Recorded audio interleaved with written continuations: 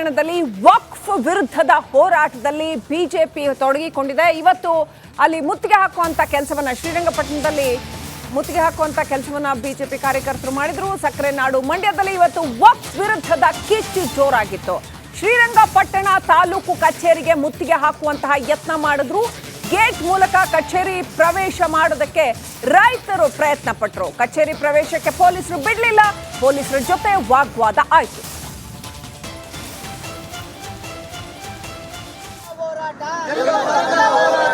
ಎಲ್ಲಿಯ ತನಕ ಹೋರಾಟ? ಅಯ್ಯಯ್ಯೋ ಅಯ್ಯಯ್ಯೋ ಅಯ್ಯಯ್ಯೋ ಅಯ್ಯಯ್ಯೋ ಏತಕ್ಕಾಗಿ ಹೋರಾಟ? ರಾಜ್ಯ ಸರ್ಕಾರಕ್ಕೆ ಅಯ್ಯಯ್ಯೋ.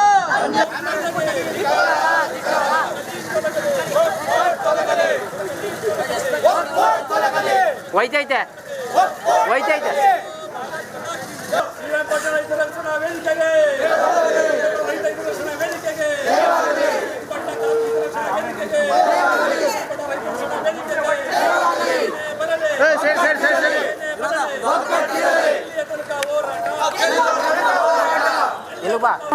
ತಾಲೂಕು ಜನತೆ ಒಕ್ಕೂಟದಿಂದ ನಾಗರಿಕರಾಗಬಹುದು, ದಲಿತರಾಗಬಹುದು, ರೈತರಾಗಬಹುದು, ಹಿಂದೂ ವರ್ಗರಾಗಬಹುದು, ಎಲ್ಲ ವ್ಯಾಪಾರ ವರ್ಗ ಎಲ್ಲ ಶ್ರೀರಂಗಪಟ್ಟಣದಲ್ಲಿ ಸ್ವಯಂ ಪ್ರೇರಿತ ಬಂದ್ ಒಂದು ಕಡೆ ಯಶಸ್ವಿ ಆಗ್ತಾ ಇದ್ರೆ, ಮತ್ತೊಂದು ಕಡೆ ಏನು ರೈತರು ಹಾಗೂ ವಿವಿಧ ಸಂಘಟನೆ ಕಾರ್ಯಕರ್ತರು ಬೀದಿಗಿಳಿದು ಹೋರಾಟವನ್ನು ನಡೆಸ್ತಾ ಇದ್ದಾರೆ.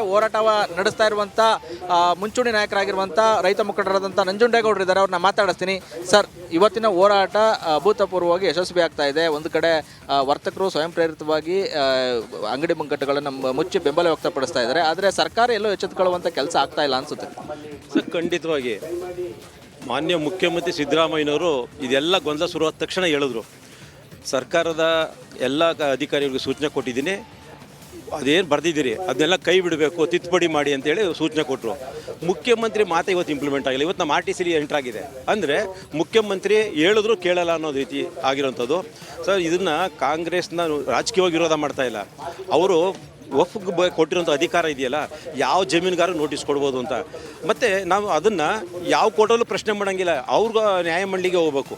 ಇಂಥದ್ದು ಇದೆಯಲ್ಲ, ಇದು ರೈತರಿಗೆ ಆತಂಕ ತಂದಿದೆ. ಇವತ್ತು ಈ ರೈತರು ಬರ್ದವ್ರೆ, ಒಂದು 70 ಜನ ರೈತರು ಅಥವಾ 70 ನಗರಗಳು ಕಟ್ಟಡಗಳಿಗೆ ಬರ್ದವ್ರೆ ಅಂತ. ಅದು ನಾಳೆ ನಮಗೆ ಬರೆಯಲ್ಲ ಅಂತ ಏನು ಗ್ಯಾರಂಟಿ? ಈ ಆತಂಕ ಎಲ್ಲ ಜಮೀನ್ದಾರರಲ್ಲೂ ಬಂದಿದೆ. ಆ ಕಾರಣಕ್ಕೆ ಇನ್ನೂ ಭಾಳ ಸಿಟ್ಟಿದೆ, ಭಾಳಷ್ಟು ಜನ ಸೇರುವಂಥದ್ದಿದೆ. ದೊಡ್ಡ ಆಂದೋಲನ ಆಗುತ್ತೆ. ಕಾಂಗ್ರೆಸ್ ಎಚ್ಚೆತ್ತು, ವಿಶೇಷವಾಗಿ ಸಿದ್ದರಾಮಯ್ಯ ಎಚ್ಚೆತ್ತು ಈ ತಿದ್ದುಪಡಿಗಳನ್ನು ರದ್ದುಪಡಿಸ್ತಿಲ್ಲ ಅಂದರೆ ತೊಂದರೆ ಸಿಗ್ತಾರೆ. ಸರ್, ಸಾಮಾನ್ಯವಾಗಿ ಋಣ ಕಾಲಮ್ ಇದೆಯಲ್ಲ ಸರ್, RTCಯಲ್ಲಿ ಸಾಲ ಕೊಟ್ಟ ಬ್ಯಾಂಕ್ ಅಥವಾ ಸಹಕಾರ ಸಂಘಗಳು ಅಂದರೆ ಸಂಸ್ಥೆಗಳು, ಸಹಕಾರ ಬ್ಯಾಂಕ್ಗಳು ಇಷ್ಟು ಸಾಲ ಕೊಟ್ಟಿದ್ದೀವಿ ಅಂತ ಆ ಬ್ಯಾಂಕ್ನ ಹೆಸರು ಸಹಿತ ಇಷ್ಟು ಅಮೌಂಟ್ ಅಂತ ಮೆನ್ಷನ್ ಮಾಡ್ತವೆ. ಆದರೆ ವಕ್ಫ್ ಬೋರ್ಡ್ ಹೆಸರು ಆ ಕಾಲಮ್ನಲ್ಲಿ ಮೆನ್ಷನ್ ಆಗಿದೆ ಸರ್. ಅದಾಗಿದೆಯಲ್ಲ, ಅದಕ್ಕೆ ಅಧಿಕಾರ ಇದೆಯಾ ಅಂತ ವಕ್ಫ್ನ ಪ್ರಶ್ನೆ ಮಾಡೋದಾದರೆ ವಕ್ಫಲ್ಲಿ ಏನು ಹೇಳ್ತಾರೆ ಅಂದರೆ, ಇವರು ಕಾಂಗ್ರೆಸ್ ತಿದ್ದುಪಡಿ ಮಾಡ್ದಾಗ ಕೊಟ್ಟಿರೋದು ಯಾವುದೋ 2013ರಲ್ಲಿ ವಕ್ಫ್ಗೆ ಒಂದು ಅಧಿಕಾರ ಕೊಟ್ಟವ್ರೆ. ಯಾವುದೇ ಜಮೀನನ್ನ ನೀವು ಸ್ವಾಧೀನಪಡಿಸ್ಕೊಳ್ಳೋಕ್ಕೆ ನೋಟಿಸ್ ಕೊಡೋದಕ್ಕೆ ನಿಮ್ಗೆ ಅಧಿಕಾರ ಇದೆ. ಮತ್ತು ಈ ಅಧಿಕಾರನ ಯಾವುದೇ ನ್ಯಾಯಾಲಯದಲ್ಲಿ ತಹಸೀಲ್ದಾರ್ ಕೋರ್ಟಲ್ಲಿ ಆಗಲಿ ಪ್ರಶ್ನೆ ಮಾಡೋಕ್ಕಿಲ್ಲ ಅನ್ನೋದು ಸೂಚನೆ ಕೊಡೋದು ಮಾಡಿದಾಗ ದುರಾಂಕಾರ ತನ್ನಿಂದ ಒಪ್ಪಿಗೆ ಬಂದಿದೆ. ಯಾವ್ದು ಬೇಕೋ ಟ್ರಯಲ್ ಕೊಡ್ತಾ ಇದ್ದಾರೆ ಅಷ್ಟೇ. ಈ ಟ್ರಯಲ್ಲು ಇನ್ನು ಮುಂದೆ ಎಷ್ಟು ಜಮೀನು ಕೊಡ್ತದೋ ನಮ್ಮ ಎಲ್ಲ ರೈತರು ಜಮೀನಿಗೂ ಅದೇ ಆಗ್ಬೋದು. ಇದಿಷ್ಟು ರೈತ ಮುಖಂಡ ನಂಜುಂಡೇಗೌಡರ ಮಾತಾಗಿರುವಂಥದ್ದು. ಸರ್ಕಾರದ ಆಸ್ತಿ ರಕ್ಷಣೆಗೆ ಮುಂದಾಗಬೇಕು ಅಂತ ಹೇಳಿ ಆಗ್ರಹಿಸ್ತಾ ಇದ್ದಾರೆ. ಕ್ಯಾಮ್ರಾಮನ್ ಇನ್ನೋ ಜೊತೆ ಆನಂದ್, ರಿಪಬ್ಲಿಕ್ ಕನ್ನಡ, ಮಂಡ್ಯ. ಪಟ್ಟಣದಲ್ಲಿ ವಕ್ಫ್ ವಿರುದ್ಧದ ಹೋರಾಟದಲ್ಲಿ ಬಿಜೆಪಿ ತೊಡಗಿಕೊಂಡಿದೆ. ಇವತ್ತು ಅಲ್ಲಿ ಮುತ್ತಿಗೆ ಹಾಕುವಂತ ಕೆಲಸವನ್ನ ಶ್ರೀರಂಗಪಟ್ಟಣದಲ್ಲಿ ಮುತ್ತಿಗೆ ಹಾಕುವಂತ ಕೆಲಸವನ್ನ ಬಿಜೆಪಿ ಕಾರ್ಯಕರ್ತರು ಮಾಡಿದ್ರು. ಸಕ್ಕರೆ ನಾಡು ಮಂಡ್ಯದಲ್ಲಿ ಇವತ್ತು ವಕ್ಫ್ ವಿರುದ್ಧದ ಕಿಚ್ಚು ಜೋರಾಗಿತ್ತು. ಶ್ರೀರಂಗಪಟ್ಟಣ ತಾಲೂಕು ಕಚೇರಿಗೆ ಮುತ್ತಿಗೆ ಹಾಕುವಂತಹ ಯತ್ನ ಮಾಡಿದ್ರು. ಗೇಟ್ ಮೂಲಕ ಕಚೇರಿ ಪ್ರವೇಶ ಮಾಡೋದಕ್ಕೆ ರೈತರು ಪ್ರಯತ್ನ ಪಟ್ಟರು. ಕಚೇರಿ ಪ್ರವೇಶಕ್ಕೆ ಪೊಲೀಸರು ಬಿಡಲಿಲ್ಲ. ಪೊಲೀಸರ ಜೊತೆ ವಾಗ್ವಾದ ಆಯಿತು.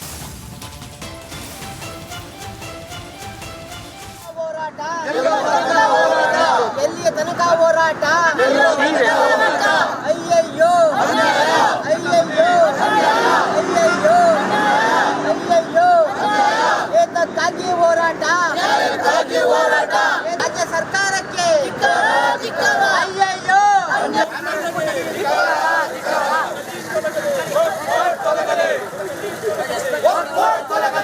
ಹೋಯ್ತೈತೆ ಹೋಯ್ತೈತೆ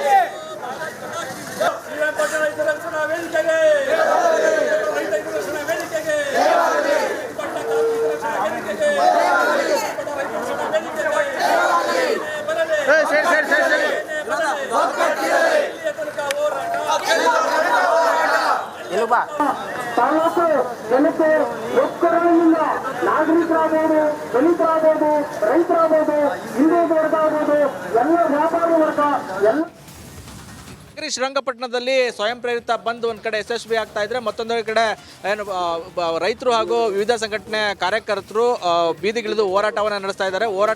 ನಡೆಸ್ತಾ ಇರುವಂತ ಮುಂಚೂಣಿ ನಾಯಕರಾಗಿರುವಂತ ರೈತ ಮುಖಂಡರಾದಂಥ ನಂಜುಂಡೇಗೌಡರು ಇದ್ದಾರೆ. ಅವ್ರನ್ನ ಮಾತಾಡಿಸ್ತೀನಿ. ಸರ್, ಇವತ್ತಿನ ಹೋರಾಟ ಅಭೂತಪೂರ್ವವಾಗಿ ಯಶಸ್ವಿ ಆಗ್ತಾ ಇದೆ. ಒಂದು ಕಡೆ ವರ್ತಕರು ಸ್ವಯಂ ಪ್ರೇರಿತವಾಗಿ ಅಂಗಡಿ ಮುಂಗಟ್ಟುಗಳನ್ನು ಮುಚ್ಚಿ ಬೆಂಬಲ ವ್ಯಕ್ತಪಡಿಸ್ತಾ ಇದ್ದಾರೆ. ಆದರೆ ಸರ್ಕಾರ ಎಲ್ಲೋ ಎಚ್ಚೆತ್ತುಕೊಳ್ಳುವಂಥ ಕೆಲಸ ಆಗ್ತಾ ಇಲ್ಲ ಅನ್ಸುತ್ತೆ. ಸರ್, ಖಂಡಿತವಾಗಿ ಮಾನ್ಯ ಮುಖ್ಯಮಂತ್ರಿ ಸಿದ್ದರಾಮಯ್ಯನವರು ಇದೆಲ್ಲ ಗೊಂದಲ ಶುರುವಾದ ತಕ್ಷಣ ಹೇಳಿದ್ರು.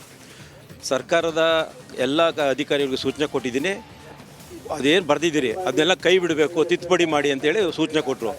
ಮುಖ್ಯಮಂತ್ರಿ ಮಾತು ಇವತ್ತು ಇಂಪ್ಲಿಮೆಂಟ್ ಆಗಿಲ್ಲ. ಇವತ್ತು ನಮ್ಮ RTC ಎಂಟ್ರಾಗಿದೆ ಅಂದರೆ ಮುಖ್ಯಮಂತ್ರಿ ಹೇಳಿದ್ರು ಕೇಳಲ್ಲ ಅನ್ನೋದು ರೀತಿ ಆಗಿರೋಂಥದ್ದು. ಸರ್, ಇದನ್ನು ಕಾಂಗ್ರೆಸ್ನ ರಾಜಕೀಯವಾಗಿ ವಿರೋಧ ಮಾಡ್ತಾ ಇಲ್ಲ. ಅವರು ವಫ್ಗೆ ಕೊಟ್ಟಿರೋಂಥ ಅಧಿಕಾರ ಇದೆಯಲ್ಲ, ಯಾವ ಜಮೀನುಗಾರ ನೋಟಿಸ್ ಕೊಡ್ಬೋದು ಅಂತ. ಮತ್ತು ನಾವು ಅದನ್ನು ಯಾವ ಕೋರ್ಟಲ್ಲೂ ಪ್ರಶ್ನೆ ಮಾಡೋಂಗಿಲ್ಲ, ಅವ್ರಿಗೆ ನ್ಯಾಯಮಂಡಳಿಗೆ ಹೋಗ್ಬೇಕು. ಇಂಥದ್ದು ಇದೆಯಲ್ಲ, ಇದು ರೈತರಿಗೆ ಆತಂಕ ತಂದಿದೆ. ಇವತ್ತು ಈ ರೈತರು ಬರ್ದವ್ರೆ, ಒಂದು 70 ಜನ ರೈತರು ಅಥವಾ 70 ನಗರಗಳಿಗೆ ಕಟ್ಟಡಗಳಿಗೆ ಬರ್ದವ್ರೆ ಅಂತ. ಅದು ನಾಳೆ ನಮಗೆ ಬರೆಯಲ್ಲ ಅಂತ ಏನು ಗ್ಯಾರಂಟಿ? ಈ ಆತಂಕ ಎಲ್ಲ ಜಮೀನ್ದಾರರಲ್ಲೂ ಬಂದಿದೆ. ಆ ಕಾರಣಕ್ಕೆ ಇನ್ನೂ ಭಾಳ ಸಿಟ್ಟಿದೆ, ಭಾಳಷ್ಟು ಜನ ಸೇರುವಂಥದ್ದಿದೆ. ದೊಡ್ಡ ಆಂದೋಲನ ಆಗುತ್ತೆ.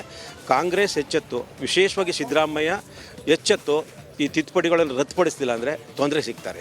ಸರ್, ಸಾಮಾನ್ಯವಾಗಿ ಋಣ ಕಾಲಮ್ ಇದೆಯಲ್ಲ ಸರ್, RTCಯಲ್ಲಿ ಸಾಲ ಕೊಟ್ಟ ಬ್ಯಾಂಕ್ ಅಥವಾ ಸಹಕಾರ ಸಂಘಗಳು ಅಂದರೆ ಸಂಸ್ಥೆಗಳು, ಸಹಕಾರ ಬ್ಯಾಂಕ್ಗಳು ಇಷ್ಟು ಸಾಲ ಕೊಟ್ಟಿದ್ದೀವಿ ಅಂತ ಆ ಬ್ಯಾಂಕ್ನ ಹೆಸರು ಸಹಿತ ಇಷ್ಟು ಅಮೌಂಟ್ ಅಂತ ಮೆನ್ಷನ್ ಮಾಡ್ತವೆ. ಆದರೆ ವಕ್ಫ್ ಬೋರ್ಡ್ ಹೆಸರು ಆ ಕಾಲಮ್ನಲ್ಲಿ ಮೆನ್ಷನ್ ಆಗಿದೆ ಸರ್. ಅದಾಗಿದೆಯಲ್ಲ, ಅದಕ್ಕೆ ಅಧಿಕಾರ ಇದೆಯಾ ಅಂತ ವಫ್ನ ಪ್ರಶ್ನೆ ಮಾಡೋದಾದರೆ ವಫ್ಗಳು ಏನು ಹೇಳ್ತಾರೆ ಅಂದರೆ, ಇವರು ಕಾಂಗ್ರೆಸ್ ತಿದ್ದುಪಡಿ ಮಾಡ್ದಾಗ ಕೊಟ್ಟಿರೋದು ಯಾವುದೋ 2013ರಲ್ಲಿ ವಫ್ಗೆ ಒಂದು ಅಧಿಕಾರ ಕೊಟ್ಟವ್ರೆ. ಯಾವುದೇ ಜಮೀನನ್ನ ನೀವು ಸ್ವಾಧೀನಪಡಿಸ್ಕೊಳ್ಳೋಕ್ಕೆ ನೋಟಿಸ್ ಕೊಡೋದಕ್ಕೆ ನಿಮ್ಗೆ ಅಧಿಕಾರ ಇದೆ. ಮತ್ತು ಈ ಅಧಿಕಾರನ ಯಾವುದೇ ನ್ಯಾಯಾಲಯದಲ್ಲಿ ತಹಸೀಲ್ದಾರ್ ಕೋರ್ಟಲ್ಲಿ ಆಗಲಿ ಪ್ರಶ್ನೆ ಮಾಡೋಕ್ಕಿಲ್ಲ ಅನ್ನೋದೊಂದು ಸೂಚನೆ ಕೊಡೋದು ಮಾಡಿದಾಗ ದುರಾಂಕಾರ ತನ್ನಿಂದ ಬಂದಿದೆ. ಯಾವ್ದು ಬೇಕೋ ಟ್ರಯಲ್ ಕೊಡ್ತಾ ಇದ್ದಾರೆ ಅಷ್ಟೇ. ಈ ಟ್ರಯಲ್ಲು ಇನ್ನು ಮುಂದೆ ಎಷ್ಟು ಜಮೀನು ಕೊಡ್ತದೋ ನಮ್ಮ ಎಲ್ಲ ರೈತರ ಜಮೀನಿಗೂ ಅದೇ ಆಗ್ಬೋದು. ಇದಿಷ್ಟು ರೈತ ಮುಖಂಡ ನಂಜುಂಡೇಗೌಡರ ಮಾತಾಗಿರುವಂಥದ್ದು. ಸರ್ಕಾರದ ಆಸ್ತಿ ರಕ್ಷಣೆಗೆ ಮುಂದಾಗಬೇಕು ಅಂತ ಹೇಳಿ ಆಗ್ರಹಿಸ್ತಾ ಇದ್ದಾರೆ. ಕ್ಯಾಮ್ರಾಮನ್ ಇನ್ನೋ ಜೊತೆ ಆನಂದ್, ರಿಪಬ್ಲಿಕ್ ಕನ್ನಡ, ಮಂಡ್ಯ.